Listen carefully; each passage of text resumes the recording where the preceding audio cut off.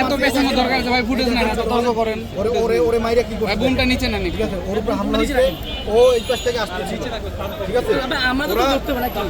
শিবিরে ওই পাশে ওরা অবস্থান করছে, ওরা ওকে পেয়ে ওর হাতের উপরেই দেখে নাই, ওর হাত ইয়ে করছে, বোমগুলো নিচে নেন ভাই। দেখেন ওকে মাইরা কি করছে, ঠিক আছে, এই পাশে ইয়ে করছে, এটা শিবিরে ওরা প্রকাশ্যে ইয়ে দিয়ে করছে। আচ্ছা ঘটনাটা একটু বলেন ভাই তাহলে। ঘটনাটা আপনি বলেন।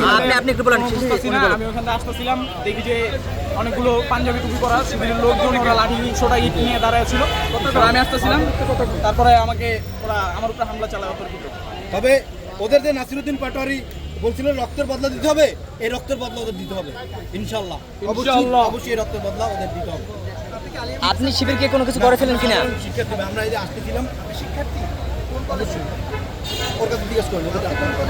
আমি লালবাগ মডেল কলেজে, আপনি এখানে কি করতে এসেছিলেন? আমি ওখানে আসতেছিলাম, আমি এখানে কিছু করতে আসিনি।